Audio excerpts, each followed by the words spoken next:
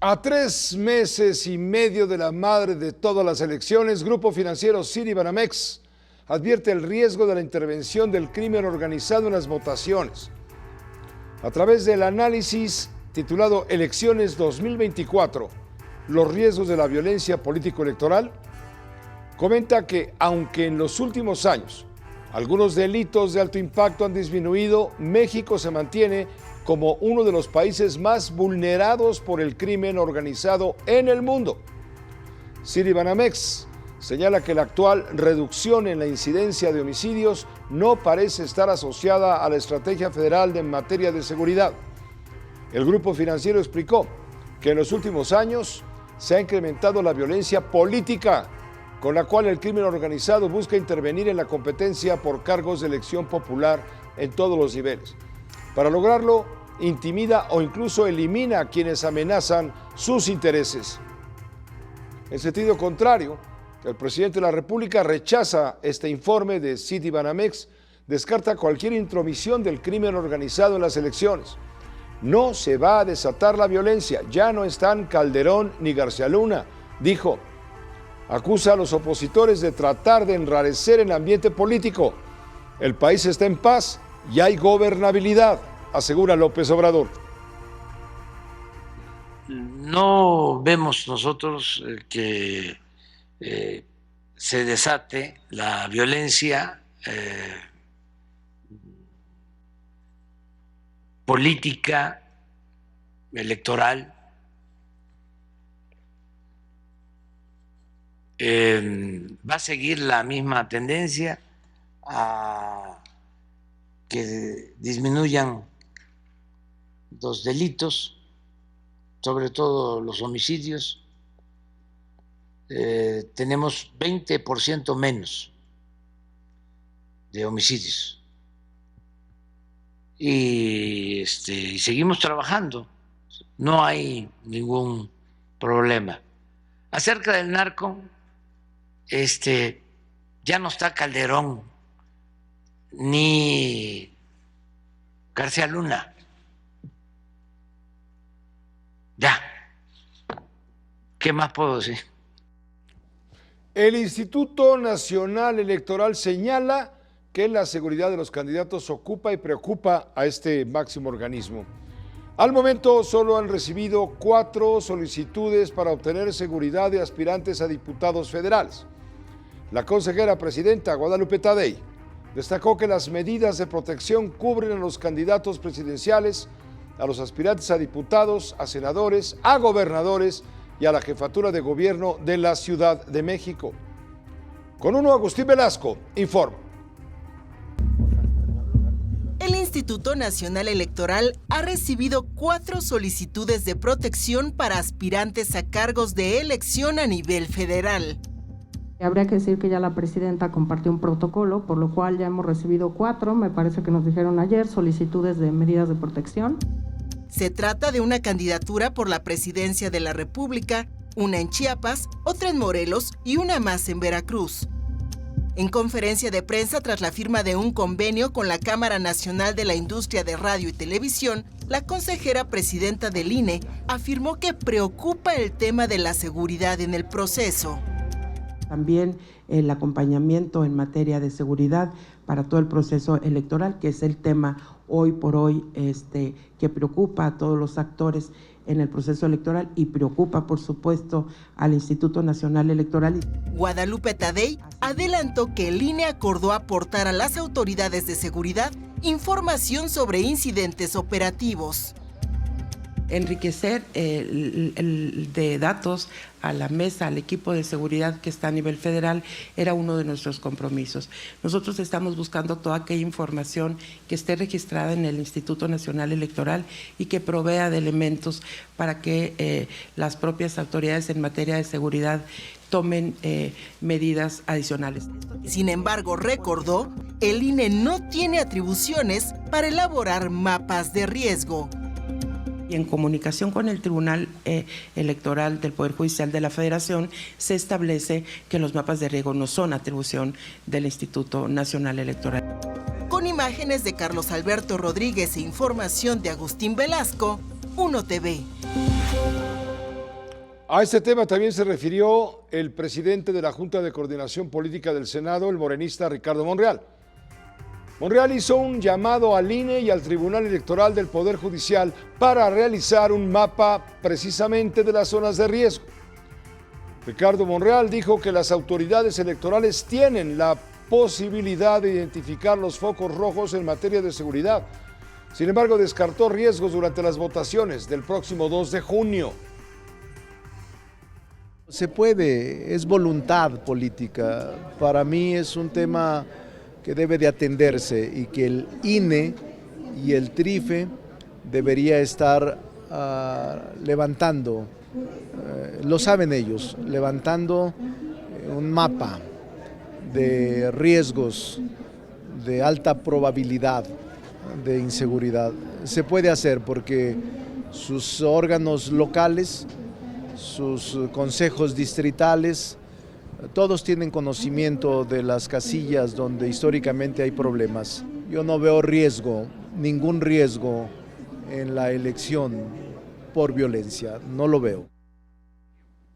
De acuerdo con un informe del Colegio de México titulado Urnas y Tumbas, en el proceso electoral 2020-2021 fueron asesinados 32 candidatos. Solo 4 recibieron amenazas. El 85% de las víctimas eran candidatos a gobiernos municipales. La mayoría de las víctimas eran opositores al alcalde en turno. Los homicidios fueron cometidos con armas de fuego. El consejero electoral del INE, Martín Faz, dijo que esta información será tomada en cuenta en el próximo Consejo General del organismo electoral. Normalmente son fulminantes, ¿no?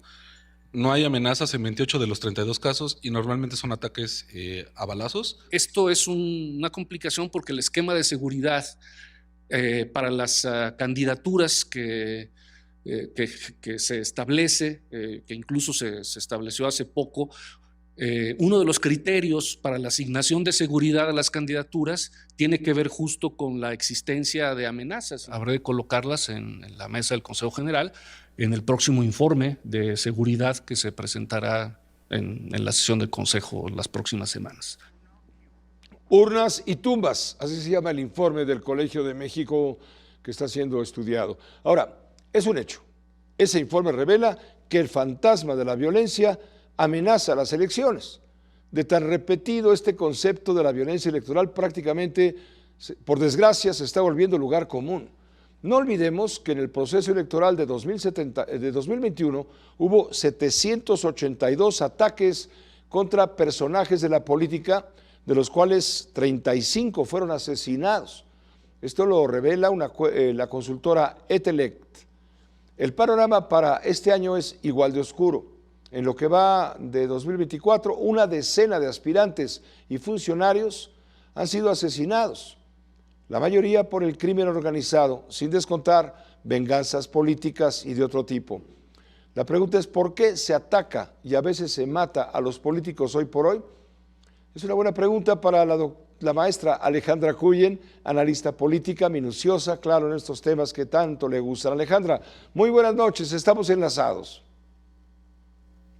Pepe, qué gusto saludarte. Y mira, creo que la pregunta correcta es esa, ¿por qué se da? Y todos los estudios que se han realizado sobre violencia política lo que nos llevan es a ver que son problemas sobre todo a nivel local por el control de las plazas. Entonces, en los municipios donde ya sea que haya candidatos a la alcaldía o la presidencia municipal, a la regiduría, que estén buscando controlar a los grupos narcotraficantes locales o de crimen organizado.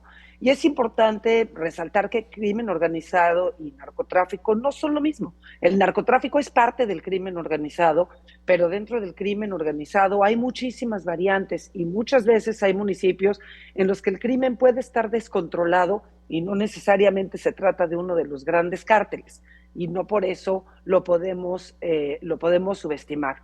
A mí me sorprende muchísimo la postura del senador Monreal porque pues justo le acaban de matar a 2 hermanos en Zacatecas, que es un estado que está completamente desbordado por la violencia política, y le asigna al INE la tarea de un mapa de riesgos cuando sería la Secretaría de Seguridad Ciudadana la que tendría que estar haciendo ese tipo de mapas, Pepe. Lamentablemente vemos que alguien está mal informando al presidente y se niegan a decirle cuál es la realidad de los municipios en México.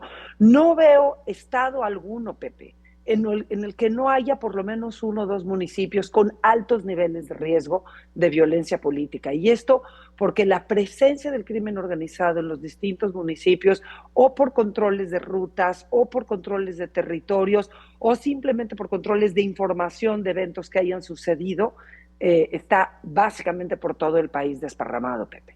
Más allá de lo que dice el presidente, que esto es un movimiento que ha estado, digamos, alimentado con la gasolina de los opositores al régimen, más allá de eso, ¿temes que ese fantasma oscuro del que hablábamos al principio de tu presentación pueda ensombrecer aún más lo que ya ensombreció en 2021, ahora en 2024? Estamos en una elección donde hay 20,000 cargos de elección popular en juego en todos los niveles, de presidente de la República hasta los más modestos ediles municipales.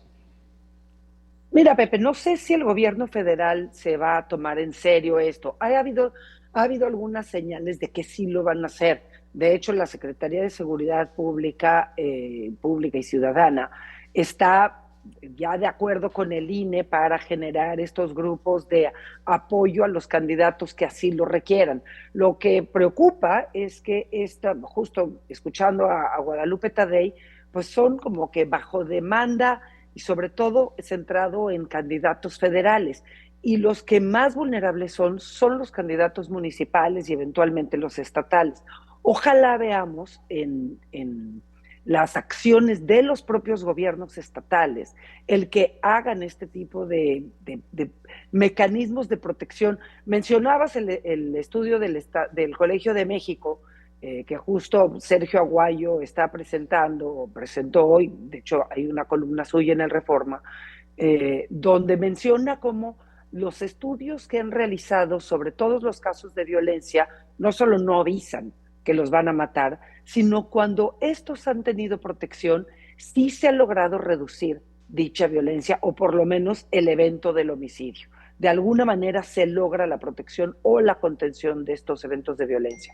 Entonces, ojalá que si el gobierno federal no quiere entrar al tiro a proteger a los candidatos porque considera que no es una realidad y que esto solo son cosas del pasado, pues ojalá que los gobiernos estatales sí se lo tomen en serio, porque al final es sobre todo adentro de los estados donde se padecen este tipo de problemas y son, pues al final de la historia, delitos del fuero común. Le tocaría principalmente a los estados estar muy atentos a lo que esté pasando en sus municipios y ojalá no lo tiren en saco roto, Pepe. Muchas gracias, maestra Alejandra Cuyen, que estés muy bien. Hasta pronto. Qué gusto saludarte y creo que vamos a ver muchas cosas en los próximos meses. Claro que sí, para eso estamos, para narrarlas e informarlas. Que te vaya muy bien. Hasta luego. La maestra Alejandra Cuyen, siempre tan minuciosa, tan cuidadosa, tan pulcra en sus análisis. Esto de la violencia, es que esta elección se va a romper por lo más delgado, y lo más delgado está justamente en esos municipios donde es mucho más vulnerable una aspiración política.